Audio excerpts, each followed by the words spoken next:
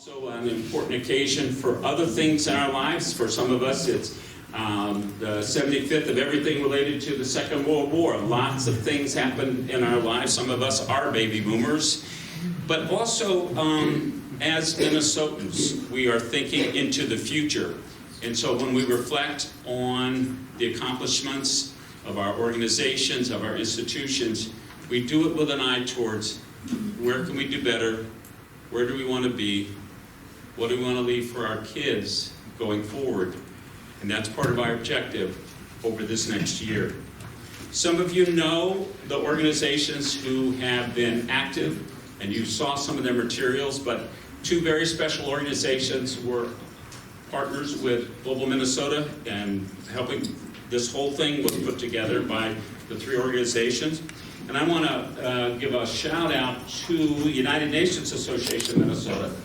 Many of you are members, have been members. I've been a member for a long time.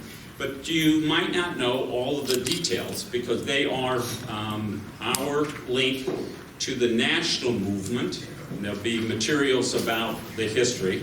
You can see references to the work of Minnesota's United Nations Association from 1943 out in the other room.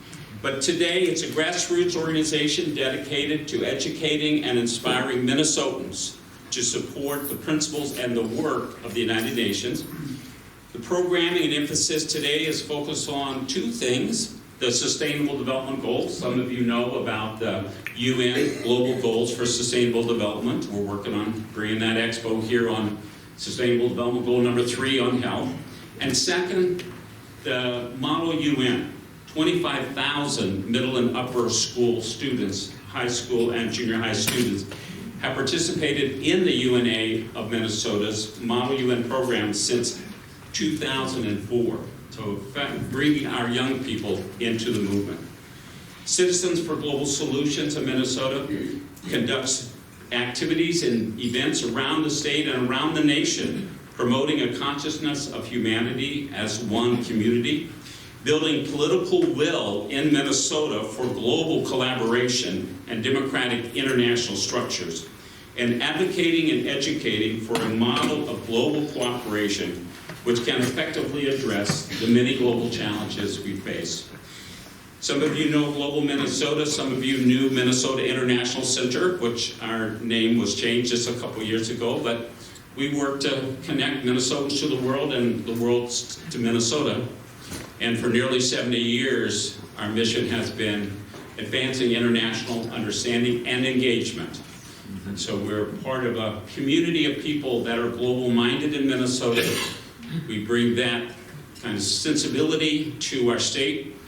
We know we're a long ways from the oceans.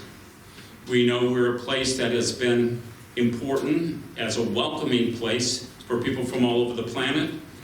And we also know that that's been crucial to building our prosperity. And so tonight we'll be reflecting on this 75th year. We'll be hearing about that. But we'll also be having the opportunity to experience and interact with some of the organizations who are also working in that broader international arena. I hope that you had a chance to stop by the Books for Africa table in the back. They're the world's largest shipper of books and educational materials for Africa. Many of you know they're based right here in St. Paul, very nearby. And also the Rotary Club of Northville. Some of you know Rotary's deep history of being a partner with the UN on tackling polio globally. And we're really close to the eradication of polio thanks to Rotary and the United Nations, the World Health Organization, but also their work on water, especially in Haiti, which I've had some interaction with, exemplary. There are hundreds of organizations and thousands, and I would argue millions of Minnesotans that are global-minded. But one thing about Minnesotans is special is that we kind of know it's not just enough to be appreciative of nature or global-minded or welcoming. You have to be engaged. You have to do something about it. You know, there's always somebody who'd like to chop down that tree, so you got to kind of get engaged. And the thing about Minnesotans is we often don't brag about or talk about, and sometimes don't even remember the things that we've done, or as a state, we've been part of. So I'm just going to tell you one little history story about one Minnesotan's participation in the creation of the United Nations and the shaping of the United Nations. But sometime in December, we're going to have an opportunity. I'll have another Global Minnesota event downtown St. Paul and talk more deeply about how we're connected. But very close to here, some of you know Crocus Hill is nearby, is the home of Frank Kellogg, who was Minnesota's first Nobel Peace Prize recipient, 1923. He was Secretary of State of the United States. He was the author, and together with the French Foreign Minister Briand, they brought forth and made into international law the Kellogg-Briand Treaty to make permanently and forever illegal wars of territorial aggression. And their work in bringing that kind of agreement among the nations of the planet was not only recognized through that Nobel laureate, but also it was recognized as the beginning point where humanity, which for thousands of years just thought warfare was the way you settled matters. I guess there was dueling, which is not quite warfare, but it's in a category. And the Civil War, the terrible wars in Europe and China, Civil War in China, the First World War, people had come to recognize that this could not go on if humanity was going to survive and thrive. And in that impetus, in that creation of that treaty and the whole process, it helped build the underpinnings of what we come to think of today as the creation of the UN in San Francisco in 1945. There was a young boy over in Dakota County who was kind of watching all of this. And when he grew up, he understood that a young person from out here on the prairie could make a difference in his state, in his community. He became the county attorney at, I think, 21 or 22 or 23. Became the governor, and I think at 29. But he also was aware that how he viewed the world, which was influenced by all of these discussions about the First World War, had to include not just that we want to work for peace, but also we wanted to work for justice. You know, the liberty and justice for all. Mm-hmm. Peace and justice. And Harold Stassen was on a kind of fast path. He was our youngest governor, kind of a hotshot, moving up. He was asked to give the keynote address at the Republican National Convention in Philadelphia in 1940. You know, the keynote address is kind of the one they give the young Turks that are moving up. He took that occasion to do something really risky.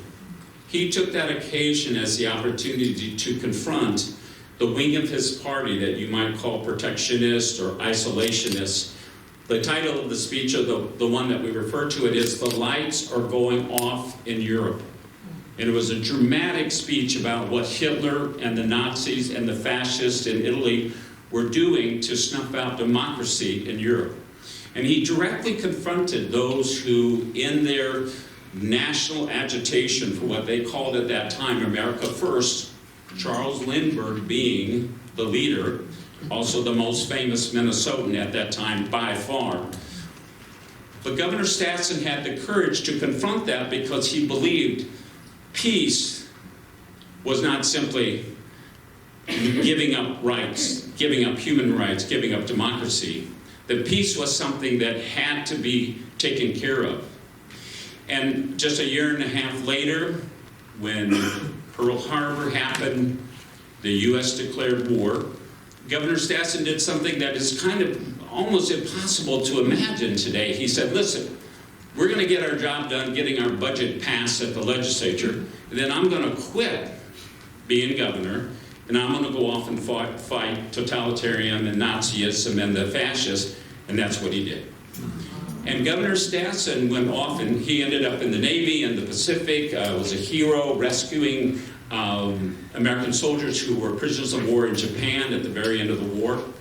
But President Franklin remember that this courageous young man took on the isolationists, the apologists for the Nazis, and he also took note of the fact that they were of a different political party, and that was interesting. And Franklin Roosevelt asked our Governor Stassen to come home and be one of the 5 members of the U.S. official delegation to create the United Nations. He fought that. He didn't want to come back. I'm fighting a war. Cut it out. Leave me alone. But he was ordered by the president. I think it's too bad. The president, of course, died before the founding. But anyhow, Governor Stassen in San Francisco gave leadership and voice to the people who are saying this United Nations has to be constructed out of what we know. What we know is that if you want peace, you have to work for justice. And he took a key leadership role in making sure that issues of human rights not only were in, but were high up in the preamble and in the charter. And there are lots of conversation and books about this. We can talk about it later. But he came home after the war and discovered that there were 2 votes in the U.S. Senate against the United Nations. One, a Minnesotan from his party. And he said, that will not stand. We are Minnesota nice, but there's certain things that will not stand. He went and found a candidate to run against them in the primary and took him out. And if you want to have fun, Dave Dernberger's relatively new book goes into this a little bit in the beginning. I tell those stories to say that a kid from Dakota County on the farm who could see others like Frank Kellogg making a difference in the world could find a way to the courage to confront at that moment the most famous, certainly Minnesotan, but American, but also to confront what was a very, easy to imagine ideology, America first, and then to do it and protect it, and then to build upon it all his life. When you come to a place this far from the oceans, and you come to this place, sometimes fleeing or looking for a better life, or however you end up here, and you build and create this prosperous, wonderful place we call home, you can come up with 2 conclusions. One of them is, man, isn't this great? Close the door. Or say, isn't it great what we've created? Won't it be great when others can join us here and we can make it even better? And for those with the impulse, like Governor Stassen and all the people who said, war has got to end. Yes, we've made drunk driving illegal, and I can tell you it still happens. We made slavery illegal. It still happens. We made war illegal. It still happens. But it's in that devotion to finding the solutions in the long term that Minnesotans really shine. And so there's a lot of more people like Arvon Frasers and others you'll read about who were there in the shaping. But tonight we have a chance to look forward to how this 75th might give us an opportunity to think about our own contribution, to remember our state's participation and contribution. And tonight we get to hear about how they're thinking about all this inside of that beautiful, historic, amazing headquarters in New York. Some of you have perhaps already met Stefan Durek, our guest tonight, spokesman for Secretary General Antonio Guterres and our UN Secretariat. But he's been the spokesperson for Kofi Annan, who many of you know was a student here at Macalester and a very close friend of Books for Africa. In fact, I think the last time he visited us was for a wonderful Books for Africa event.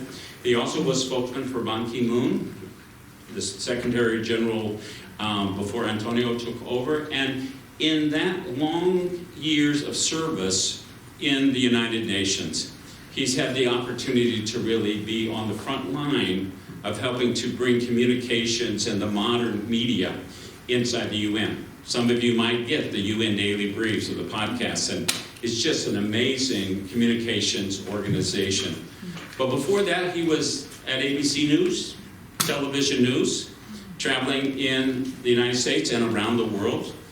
And before that, graduating in the Foreign Service Schools at Georgetown. And before that, growing up in Paris. So he's seen a lot of the world from the inside out. And tonight we have an opportunity to get the valuable treasure of his insights and wisdom. Welcome to Minnesota. Thank you very much.